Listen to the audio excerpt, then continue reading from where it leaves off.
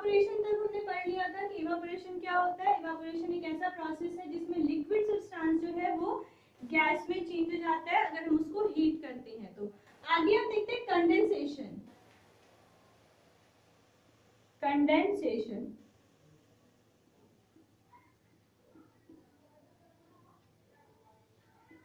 Condensation क्या होता है? ये इवापोरेशन का ही रिवर्स है, ठीक है। तो इसमें ये एक ऐसा प्रोसेस है जिसमें गैस से लिक्विड में चेंज हो जाता है। तो it is the process of changing, gas substance into liquid bye cooling. तो अगर हम गैस सब्सटेंस को अगर हम कूल करते हैं, उसका टेम्परेचर कम करते हैं, तो वो किस में चेंज हो जाएगा? वो चेंज हो जाएगा लिक्विड में। तो ये किस तरीके से होगा? जैसे कि अगर हम इधर से इसे कूल कर रहे हैं, अगर हम लिक्विड को कूल कर रहे हैं तो सेम इसमें से जो फोर्स ऑफ अट्रैक्शन है वो कम हो जाएगा। फोर्स ऑफ अट्रैक्शन कम हो जाएगा तो इनके बीच का स्पेस भी कम हो जाएगा, और स्पेस कम हो जाएगा तो ये गैस जो है ये लिक्विड के फॉर्म में आ जाएगी। तो कंडेंसेशन क्या होता है? बिल्कुल इवापोरेशन का ही ये रिवर्स होता है, और इसमें गैस सब्सटेंस जो है वो लिक्विड में चेंज हो जाता है। तो ये है कंडेंसेशन, और इसके एग्जांपल्स भी आप अपने डेली लाइफ में बहुत अच्छे से देख सकते हो। तो एक क्वेश्चन है जो कि बहुत बार ये मतलब समझा जाता है, देखा जाता है कि ये समझ में नहीं आता ये ऐसा हो क्यों रहा है। तो जैसे कि अगर हम मान लो कि फ्रिज से वाटर निकालते हैं और उसको रखते हैं, तो क्या होता है कि जो बॉटल है उसके आसपास आप देखोगे कि वाटर के ड्रॉपलेट्स आ जाते हैं। तो वो कैसे आता है? क्या बॉटल जो है उसमें पोर्स होते हैं कि उसमें से पानी बाहर आ जाता है? अगर ऐसा होता तो फिर सारे मतलब जितना बॉटल में जितना पानी होगा वो सारा का सारा बाहर आ जाएगा। तो ऐसा तो बिल्कुल भी नहीं होता कि अंदर का पानी जो है वो बाहर आ गया। तो होता क्या है? तो ये होता है कि देखो हमारा जो मतलब फ्रिज के अंदर टेम्परेचर जो है वो बहुत कम है, जिसकी वजह से पानी ठंडा हो पाता है। लेकिन बाहर का जो टेम्परेचर होता है वो फ्रिज के मुकाबले वो थोड़ा सा ज्यादा होता है, ठीक है। तो इसमें क्या होता है, हमारा जो एयर है, हमें पता है कि हमारे एयर में वाटर वेपर्स भी होते हैं। वाटर के जो वेपर होते हैं, जो गैस फॉर्म में वाटर भी होता है हमारे एयर में। तो क्या होता है, जब हम उस बॉटल को रखते हैं जो कि फ्रिज से निकाला हुआ होता है तुरंत, तो वो बॉटल जो है बहुत ठंडा होता है। तो वो क्या होता है कि उसके आसपास का जो एयर है वो भी उसे भी ठंडा कर देता है, क्योंकि बॉटल बहुत ठंडा होता है, कूल होता है बिल्कुल। तो आप आसपास के एयर को भी ठंडा कर देगा। तो एयर के अंदर वाटर भी है जो कि गैस के फॉर्म में है। तो क्या होता है कि वो जो वाटर के वेपर होते हैं वो ड्रॉपलेट्स बनकर वाटर पर आ जाते हैं। तो ये कंडेंसेशन का प्रोसेस होता है, जिसकी वजह से वाटर बॉटल जो होता है उसके ऊपर हमें वाटर के ड्रॉपलेट्स दिखाई देते हैं। तो ये इस वजह से होता है। एक और चीज होती है, जैसे कि खाना बनाते हैं, तो खाना अगर ढक्कन अगर मतलब उसको डाल के बना रहे हैं, तो आप देखोगे कि जब मतलब गैस ऑन है तो फिर जो हम कुछ भी बना रहे हैं, मान लीजिए सब्जी बना रहे हैं, तो उसमें जो वाटर होता है वो हीट की वजह से उसमें से वाटर जो है वो गैस के फॉर्म में मतलब निकलता रहता है। तो अगर हमने ढक्कन अगर उस पर डाल रखा है तो सारे गैस नहीं निकल पाते हैं। तो फिर जब गैस को ऑफ कर देते हैं, मतलब अगर उसमें हीट देना हम बंद कर देते हैं, तो फिर क्या होता है, वो जो पानी था जो कि गैस के फॉर्म में आ चुका था हीट की वजह से, तो वो ढक्कन पर वो चला जाता है, वो निकल नहीं पाता है सारा का सारा, तो ऊपर लग जाता है। तो जब हम अगर हम हीट देना बंद कर देते हैं तो क्या होता है कि वो हीटिंग की मतलब हीट जो बंद हो गया, हीट जो कम कर दिया है, उसकी वजह से क्या होता है, वो जो गैस है अब वो लिक्विड के फॉर्म में आ जाता है। तो ऊपर आप उसमें भी आपको वाटर के ड्रॉपलेट्स दिखाई देते हैं उस ढक्कन के ऊपर। तो वो भी क्या है, वहां पर भी कंडेंसेशन का फिनोमिना होता है, इसी वजह से वो हमें वाटर ड्रॉपलेट्स के फॉर्म में दिखाई देते हैं। तो ये कंडेंसेशन है जिसमें गैस जो है वो लिक्विड के फॉर्म में एग्जिस्ट करने लग जाती है, ठीक है।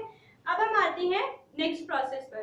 तो देखो अभी हमने इसमें देखा है कि मेल्टिंग हमने देखा जिसमें सॉलिड से लिक्विड में चेंज हुआ, फिर आपने एवापोरेशन देखा जिसमें लिक्विड से गैस में चेंज हुआ, फिर इसमें आपने फ्रीजिंग में देखा कि लिक्विड से सॉलिड में चेंज हो गया, और कंडेंसेशन में आपने देखा कि गैस से लिक्विड में चेंज हो गया। बट क्या ऐसा होता है कि कोई ऐसा मेथड है कि जो सॉलिड से सीधे उसमें गैस में चेंज हो जाए, लिक्विड फॉर्म एग्जिस्ट ना करे? ऐसा होता है। जैसे कि आप देखते हो कि पूजा वगैरह में आप कपूर यूज करते हैं, कपूर जलाते हैं, तो आप देखोगे कि वो कपूर जो जलाते हैं तो वो लिक्विड फॉर्म में आते ही नहीं है। कपूर को जब जलाया जाता है तो वो सीधे जो सॉलिड से वो सीधे गैस में चेंज हो जाता है। तो ऐसे कुछ ऐसे भी मैटर हैं जो कि लिक्विड फॉर्म एग्जिस्ट ही नहीं करते, उनका लिक्विड फॉर्म होता ही नहीं है। तो अगर आप उसको हीट करते हो तो वो सॉलिड फॉर्म में चेंज हो जाता है, और अगर आप उसको फिर कूल करते हो तो कुछ ऐसे सब्सटेंस है जो कि वो गैस से सॉलिड में भी आ जाते हैं, तो ऐसा भी होता है। तो हमारा फिफ्थ जो प्रोसेस है वो है, फिफ्थ है हमारा सब्लिमेशन।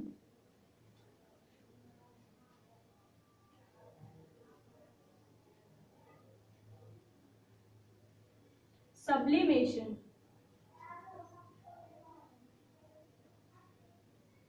सब्लिमेशन में क्या होता है, ये एक ऐसा प्रोसेस है, is the process of changing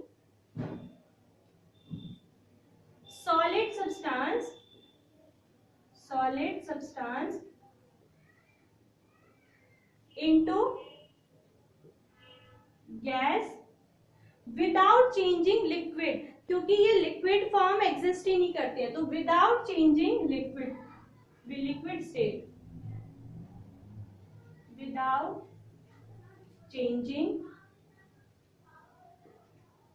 liquid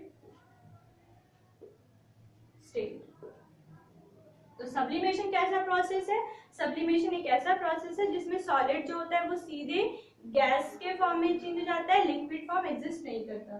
तो इसके हम कुछ एग्जांपल्स देखते हैं, जैसे कि इसके एग्जांपल्स हैं कैम्फर, अभी जो हमने कपूर का एग्जांपल लिया है, कपूर को ही कैम्फर कहा जाता है। और इसके अलावा आप देखते हो नेफ्थलीन की बॉल्स आती है, वो भी सॉलिड से गैस में चेंज हो जाता है, नेफ्थलीन।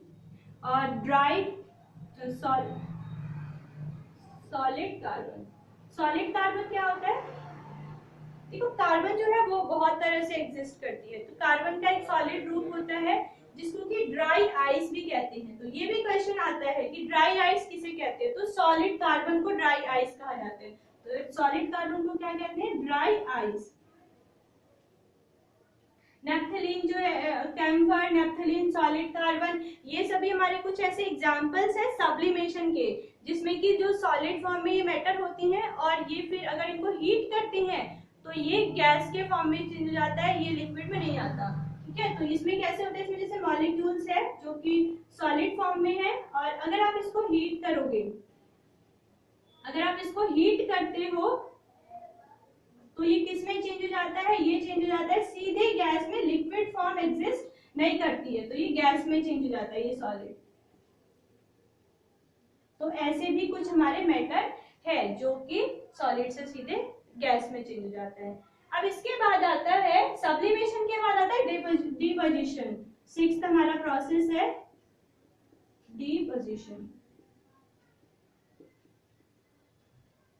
डिपोजिशन जो है इसमें क्या होता है, ये सब्लिमेशन का ही रिवर्स फिनोमिना है।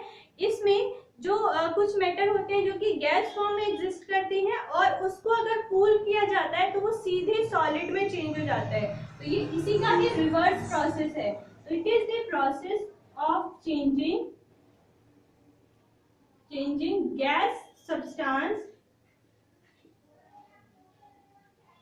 Gas substance into solid without changing liquid state, without changing liquid state। तो ये कैसा प्रोसेस है, ये एक ऐसा प्रोसेस है जिसमें गैस स्टेट में जो मैटर होते हैं वो सीधे चेंज हो जाते हैं सॉलिड में, और ये लिक्विड फॉर्म एग्जिस्ट नहीं करते हैं। तो ये जो है ये बहुत इंपॉर्टेंट है, क्योंकि ये सब तो शायद हमने देखा हुआ है, पढ़ा हुआ है, बट ये कुछ नया है। तो सब्लिमेशन और डिपोजिशन जो है ये ये इसमें क्या होता है, लिक्विड फॉर्म एग्जिस्ट नहीं होता है। ठीक है, और डिपोजिशन को कभी कभी सब्लिमेशन भी दे देते हैं। तो सब्लिमेशन जो है इसमें दोनों प्रोसेस होता है, तो डिपोजिशन को आप सब्लिमेशन भी कह सकते हो। तो सब्लिमेशन में दोनों प्रोसेस होते हैं, solid to gas and gas to solid. तो इसमें क्या होगा कि अगर हम इसको कूल करेंगे डिपोजिशन में क्या होगा, अगर हम इसे कूल करते हैं तो ये सीधे किस में चेंज हो जाता है, सॉलिड फॉर्म में।